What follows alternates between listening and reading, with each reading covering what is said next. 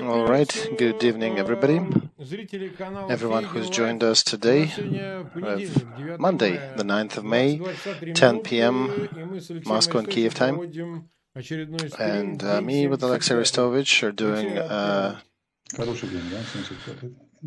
next inline stream, day 75. Sounds like a good day, 75, right? 100th day will be on the 3rd of June.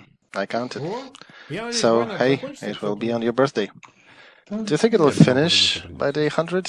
No, I think we might have to continue the scuffle for a bit.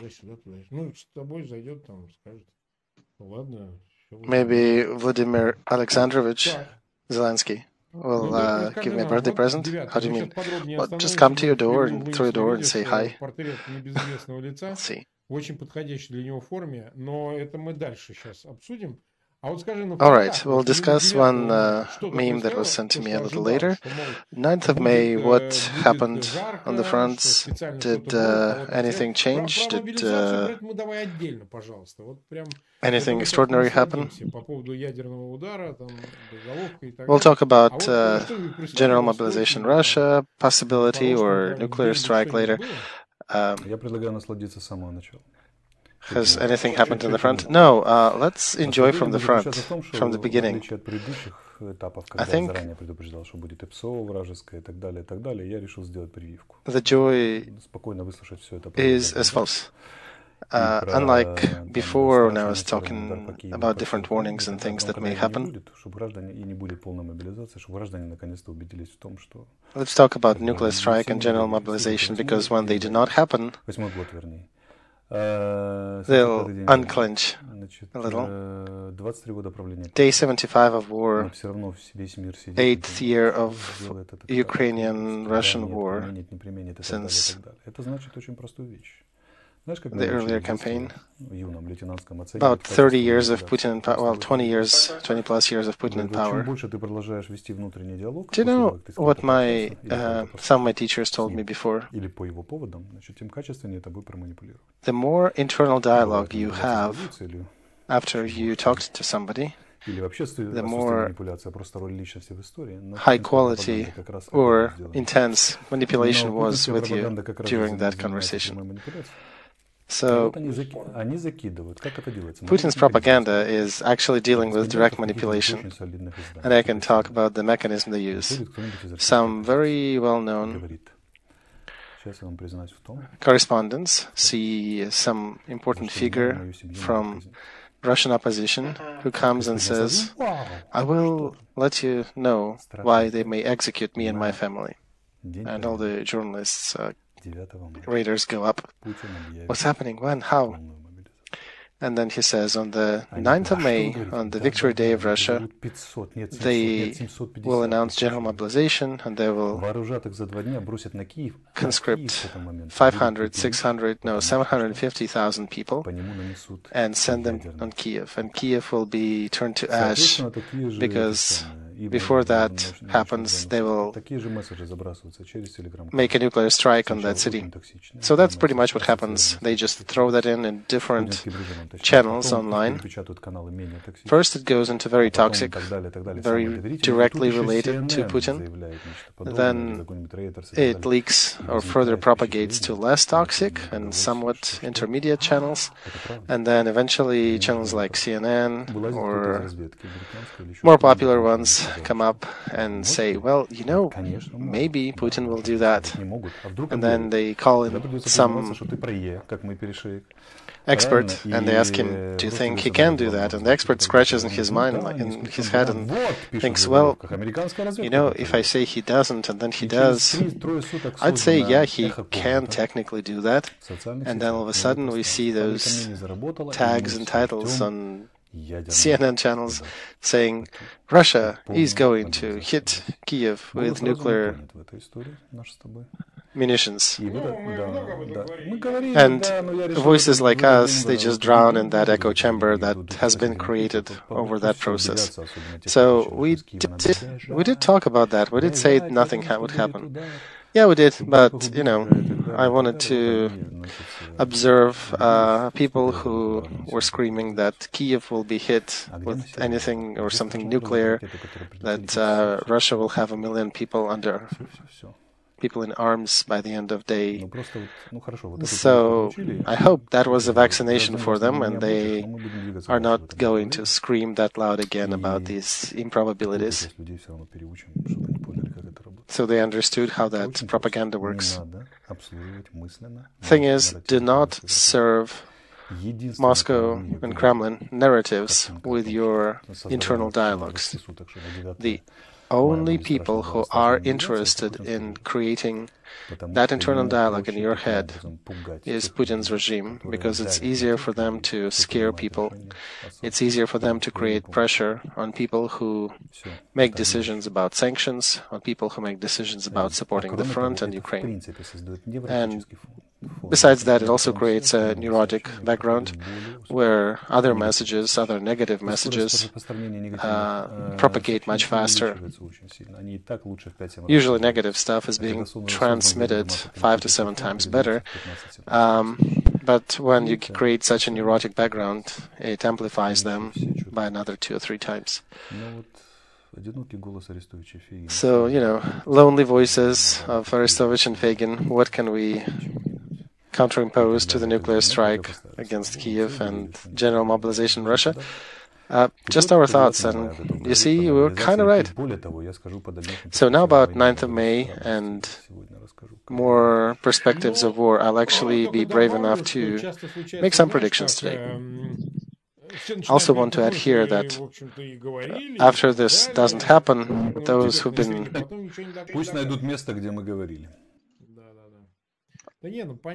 pushing that Kremlin narrative would say, well, you did mention about nuclear strike.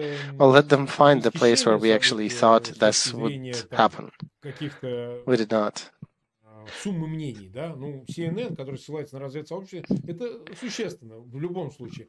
So, very often people relay their reality to the groups of opinions, and they think that CNN is somewhat a reliable source. I serve in the presidential office of Ukraine. I see CNN putting on the TV that there will be a nuclear strike or there will be a mobilization.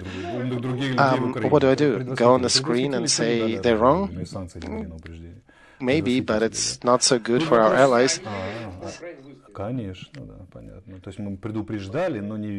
But they did. CNN did forecast the war. Well, CNN didn't really forecast. They were just relaying the news from their intel. You and me were the ones forecasting the war almost half a year before it happened with a high accuracy date-wise. And people make mistakes, including the bestest allies that we have. So what do you want to say? 9th of May. So we thought they may... Так вот, что я хотел сказать, что, цитируя Толерана. Да, 9 мая, значит, сегодня прозвучало важное... They may have acted as normal people. So, I want to cite Toleran. И вообще, фраза звучала так. Мы должны беречь мир от глобального... must save the world from the global war, said President of Russian Federation, Vladimir Putin. Translating from Kremlin to human. There will not be nuclear war with NATO. There will not be nuclear war, third nuclear war on this planet. What will happen? There will be a begrudging match with an attempt to reach the borders of Lugansk, Donetsk, and Kherson regions. And they will try to maintain the control of these territories by taking off some old equipment from the warehouses and throwing some of the mobilized people from Russia to try to maintain these borders. There will not be anything spectacular. It will be likely low position, wrestling, slow and grinding and then also in the same time pushing to let's conclude some sort of a peace accord where Ukraine, something like Istanbul 1, where Ukraine will have to commit to accepting our new borders with them, and they have to perhaps sign it because of the exhausted economy that they have or will have after this war. That's all that Russian military machine can actually offer. Will there be a referendum or anything legal to support Kherson and LNR and DNR republics as parts of Russia? This is somewhat a borderline scenario, because if they do that, that really makes their position even worse. That's direct annexation. So they would probably prefer to pretend that they're independent regions. So that's kind of how we see that war going on, and many things also are pegged or pinned onto the support of our Western allies who are sending us heavy armaments and howitzers that may help us to change the situation on the front. There'll not be nuclear war, there'll not be 25 tactical battalion groups, because if they do collect those somehow, they'll have to arm them with sticks and stones, because they really don't have much weapons left. And that situation will continue for a month or two until they maybe gather the usual annual conscripts and then throw them, and whatever else they can find, and maybe throw them in here again.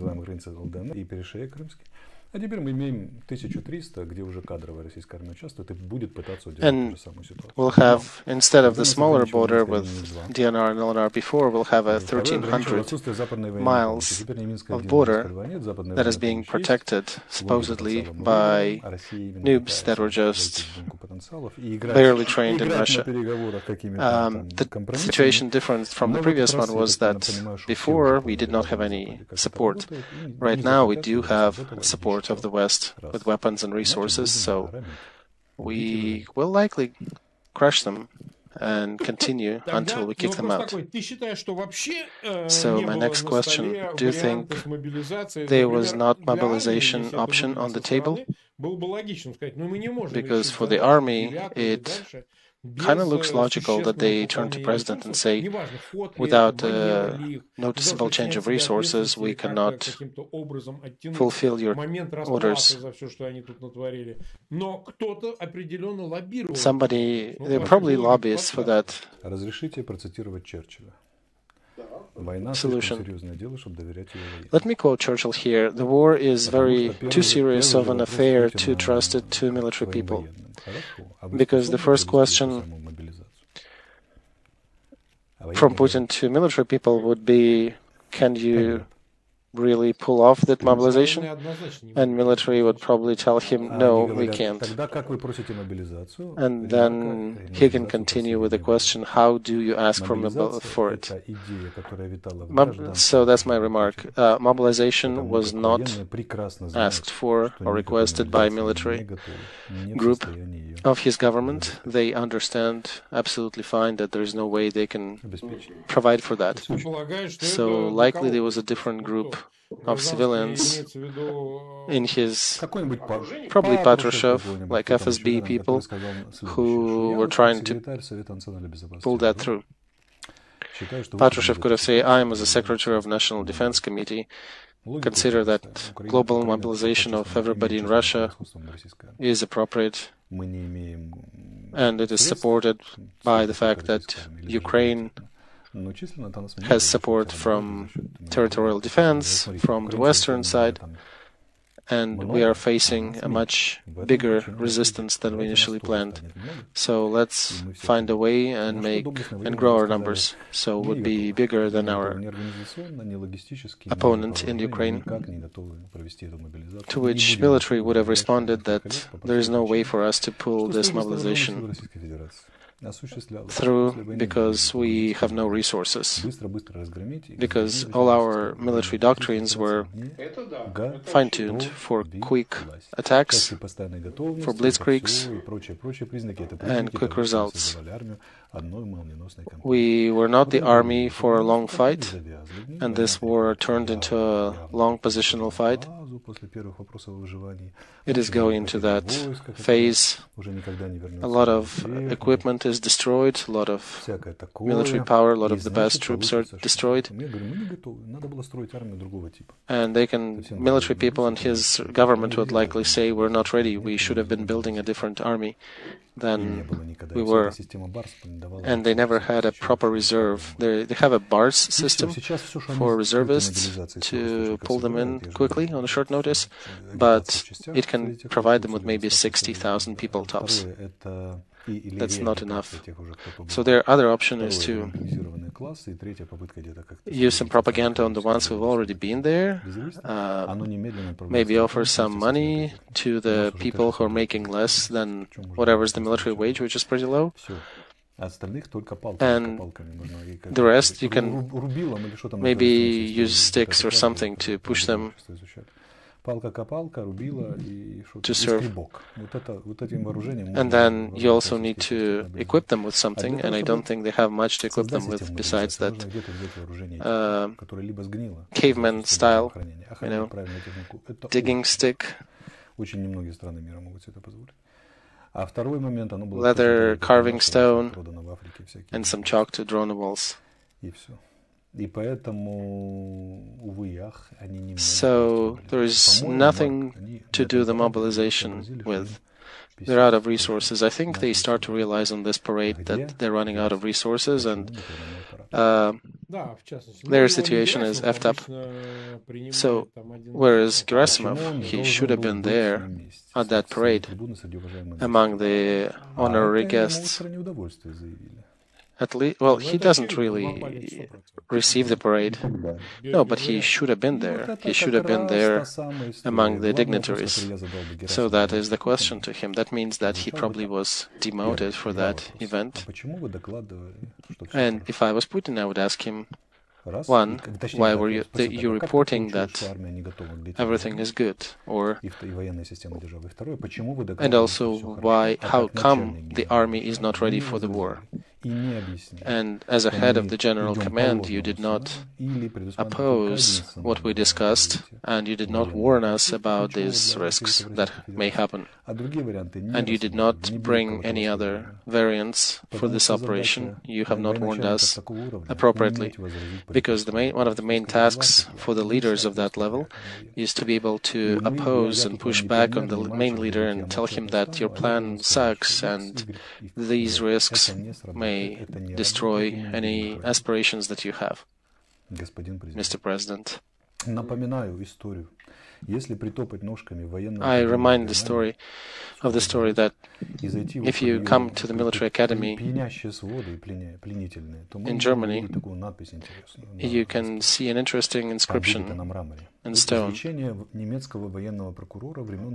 Words of German military prosecutor from the times of Friedrich the Great, a major of mounted unit, сказал ему, вот у нас тут страшная битва, становишься на этот холмик и радостно стреляешь отсюда туда. Не даешь врагу пробраться. A commander of the artillery got an order from the king and commander, you get on this hill and you don't let the enemy pass that hill anywhere, just keep shooting at them. Hey, bless you. Don't sneeze. So that story is a little boring, let me tell you. So that heroic major was standing on that hill for the whole day, was gloriously defending that hill, and then situation changed, and it was smart and necessary to change that position and move to a different hill.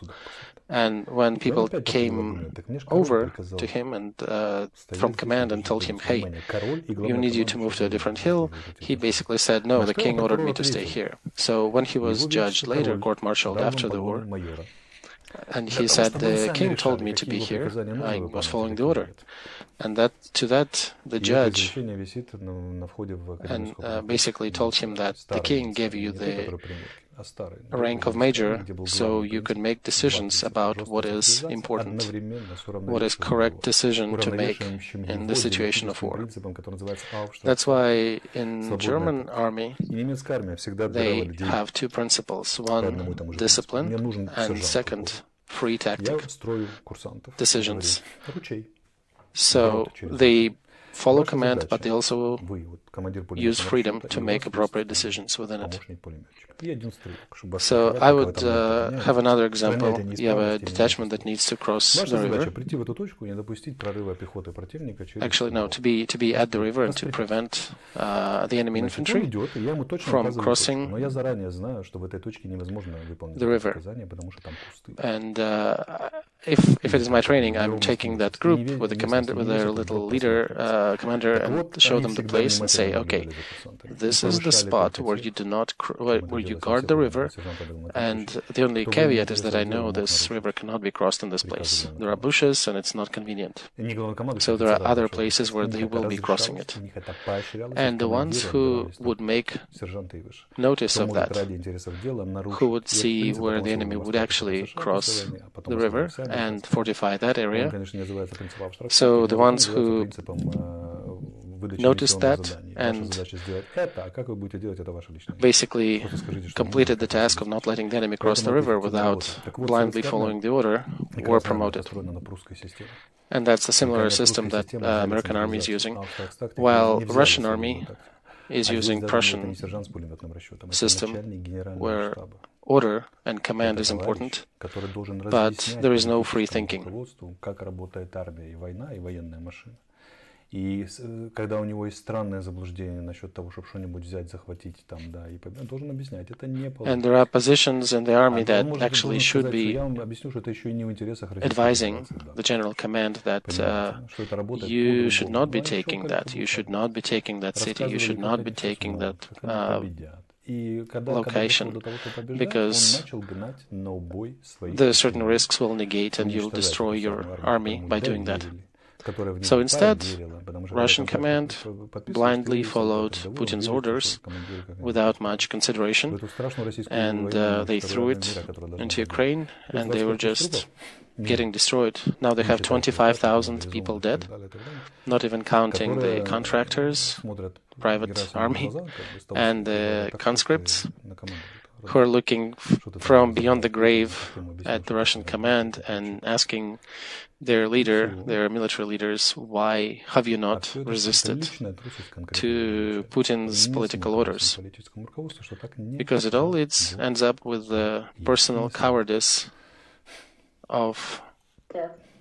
Нас 460 тысяч смотрят, лента залита счастьем, написано, что подписал of the top command of Russia, who failed to resist and push back on the Putin's not smart orders. So we have thousands of people watching us.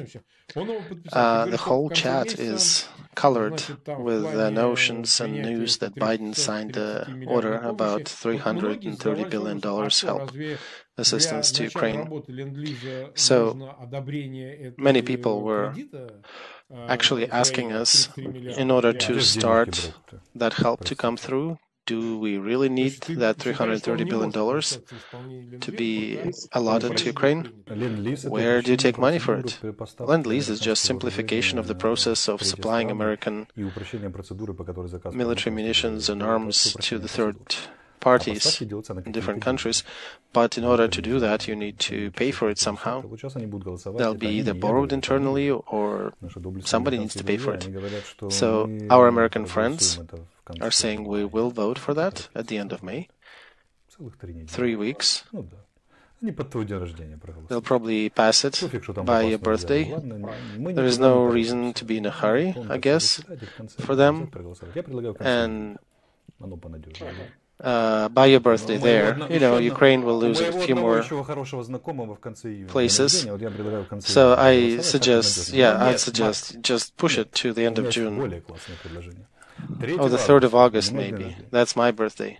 Let's just put it to vote on the 3rd of August for the American lawmakers. That'll be a good time. Kids will go to school, and that's where Lend-Lease will finally start. And then we'll finally make it work.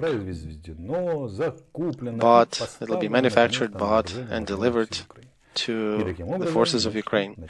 And that's how we'll start winning. When they will get it in good enough quantities. Side note, satire. I know that American representatives are watching our live casts. I know our word doesn't mean that much in the overall hierarchy, but I know they're watching us. I hope they might take that word and perhaps do something about it. A bit of a catechesis from Arestovych. First, I love America. Second, I love American embassies. Third, I love American Congress and Department of State.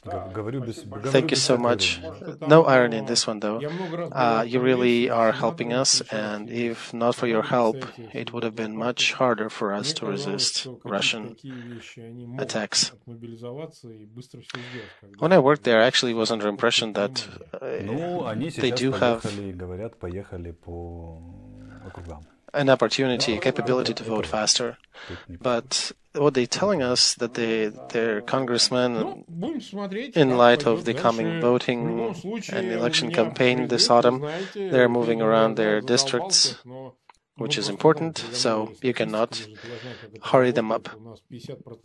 All right, so a bit of statistics. About half of our viewers are watching without subscribing, so please subscribe. Let me open a big secret. I created another account and I subscribed to you and me to edit by one more viewer. Are you serious? Oh, I would not elaborate. Anyway, please subscribe. Дополнительный такой подарок старичку, который сегодня там... Кстати, ты видел, у него теперь новый фаворит, там показали спецслужбу, за ним семенил какой-то товарищ, хоккей с ним играет. That subscription to our channel is the anti-present to that Что-то изменения существенные есть или... holding and bolding leader of Russia. It seems like he's got new favorite there if we're looking at the recent parade. There's a weird dude behind him.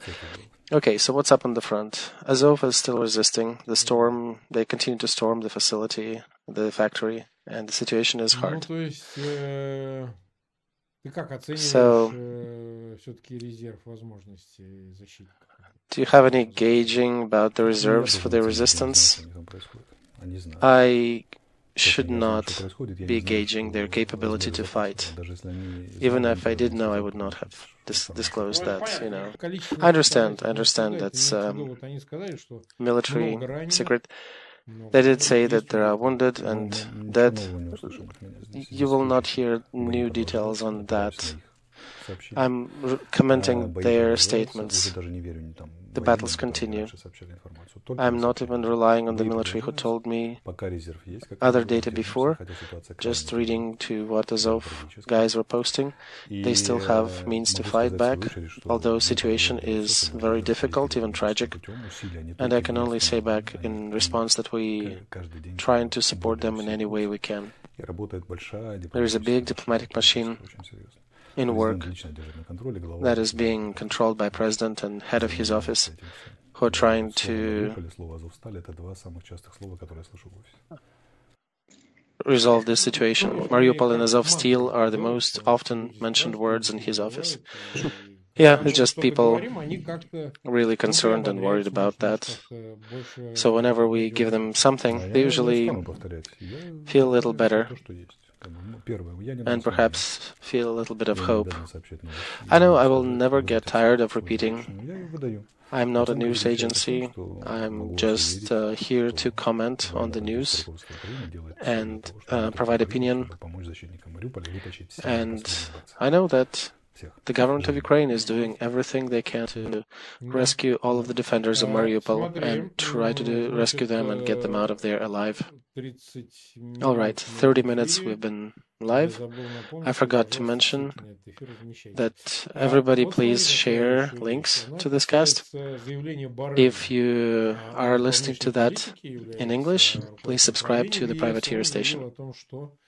So another thing, a statement by Borrell. He is one of the leaders on the foreign policy in European Union. He said the process of confiscation of Russian assets, and I understand he meant both corporate and governmental assets, to transfer them to Ukraine and to use them to pay for military support. And the immediate reaction from Russia was a lot of screaming. How come they're stealing from us? So, what is your opinion in the office of the president? What are they thinking about that? Because the whole Lend-Lease operation can be made more effective if they use this money. Of course, it could make it more effective.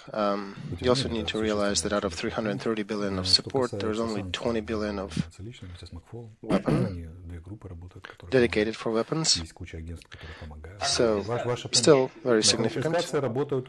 As for sanctions, Yermak is working with McFaul, and they're working with different agencies. And how do they work with confiscation? I suggest you and others subscribe to Yermak's Telegram channel, and probably McFaul would have that on his channels as well.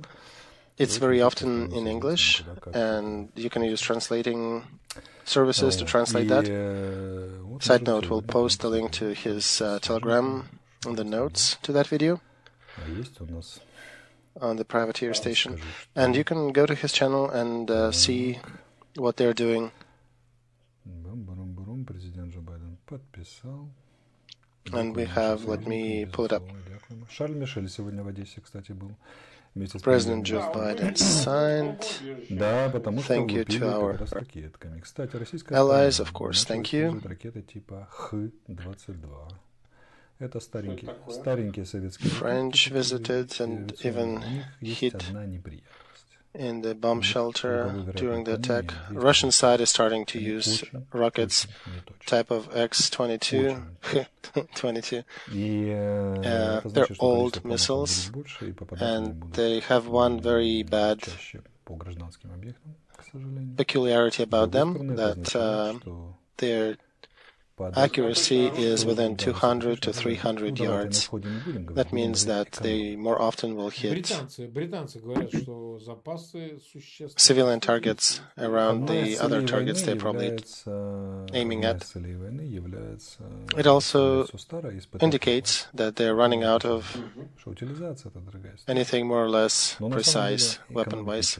So one of the goals of any war is to really utilize everything old, shoot it, and then test new ones. But by the looks of it, it means that they start to save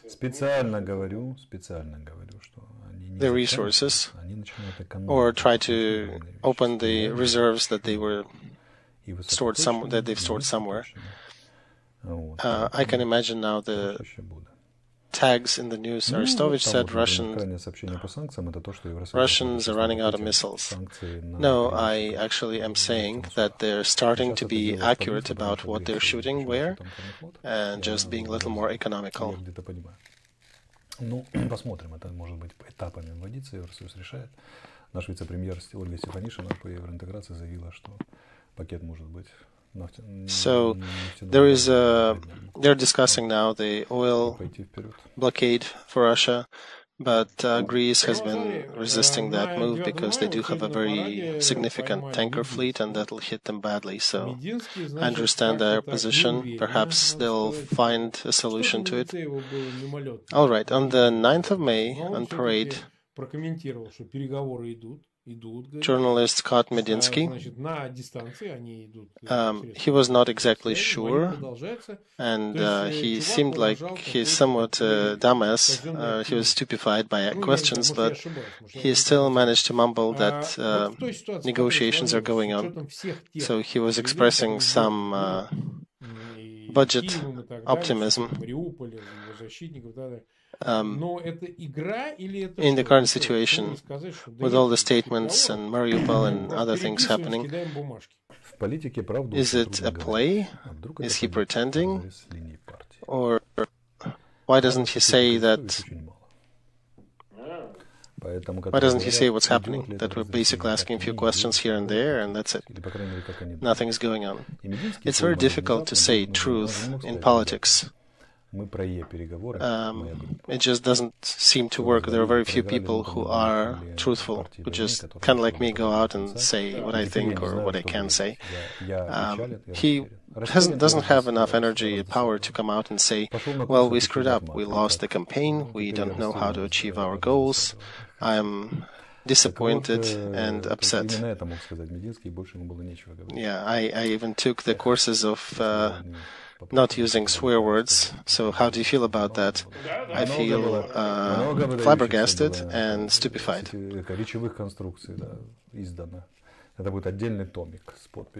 There were a lot of interesting moments in negotiations that were used during those negotiations between Podolyak and Medinsky, but it probably will deserve a separate book, but we cannot disclose them yet. So, anything else we can disclose about that? Maybe about the role of Abramovich? I never give up government secrets. I only comment on things that somebody else already made public. So, what about how would you comment on that? Well, there are some things that I would still be careful commenting when they have not disclosed the decision or step, because commenting you can unintendedly release some data, and I cannot comment that. I'm not given that right. They already told me that that I say a little too much and caused enough shitstorms. So I'm not allowed to comment on some news. I can only comment on Michael Podolyak and Alexander Zelensky. So Michael often says a very interesting statement. He basically says the difference of opinions aired here definitely works in our favor. The beauty of that phrase usually freezes the air in the room for a sec. Everybody kind of starts to toss it in their heads and trying to understand what did he mean. And this is the phrase that you can try to prove or disprove, but by the time you will finish with it, the war will be over.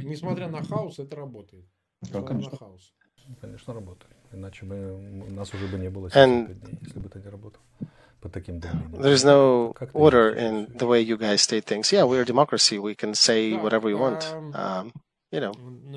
Some of the government secrets, but otherwise, we're a democracy. We can have our own opinions. This is our strength. All right. More questions. People ask about Kherson. There is pressure there. There's more information coming. That's where people from DNR and LNR end up. The conscripts that they just found in the street there and pulled in to serve. And their moods are generally leaning towards giving up to Ukrainian military forces and becoming prisoners of war. But we discussed that with you, and I think with Julia Latinin as well. Yeah, I did mention that you have to be a military professional to really surrender properly and stay alive. But we still call to them to not give up and look for opportunities and surrender at the first opportune moment. There, used to be Ukraine citizens and now they serve Russia. No, they're not ex-Ukraine. We never recognized DNR now. They're still Ukrainians. So, would be glad to have them. And, they can maybe do that, some with local peoples, and look for their help so they can transfer them and lead them out to Ukraine army. Or then, if they're skilled, they can try to do that, pull that through during the active military engagement, although that requires skills that usually special forces have to walk in the gray zone between the enemy lines and our own troops. But I would encourage them to continue trying. All right, a lot of questions about bombardments, missile strikes. How do you gauge the effectiveness and intensity of those hits? Well, there is nothing to really harp on this today. They're trying to hit Odessa, and they're trying to hit the airport. They're basically trying to destroy every airport in this country. So they're hitting it from the ship arsenal. So that kind of highlights the fact that they're running out of some resources or trying to save them. So they're using now naval missile assets. And they're hitting some other spots in the territory of Ukraine. They somewhat intensified for the 9th of May because that was their strategic operational goal.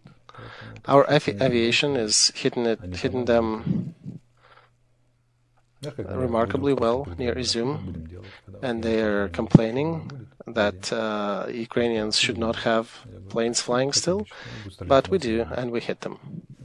They managed to hit some of us as well, so it's an exchange. And as a friend of mine asked, so how's it going to go? I said, the same way it goes now. They'll shoot us, we'll shoot them. And it'll go to a certain conclusion, the finish of this war. That somehow pacified my friend, and he actually went to war. He's fighting it now, unlike me. I'm here with the intel. We're almost 500,000 people watching us, 495. Maybe we should stay live for another 10 minutes and go over 500,000? No. We're like that pilot who has to land if his plane was shot. I have to comment here. Pilot does not necessarily have to land immediately. You need to find an airport to do that. Actually, I had a situation once when I was piloting a small Cessna kind of an airplane over the mountains, and I had to change some capacitors in the electronics, and I did manage to change them, replace them, but it still didn't work, so I have to use other maneuvers to survive. So I was learning too, and there is a skill that you learn. You need to land without the working engines, and I did not want to. That was the only thing that kind of scared me, so I just gave it to the pilot to land it like this. I actually would love to land like this, and I think tried it too, but my glorious work precludes me from such an entertaining hobby, so I may need to come back to that later. So let's talk tomorrow.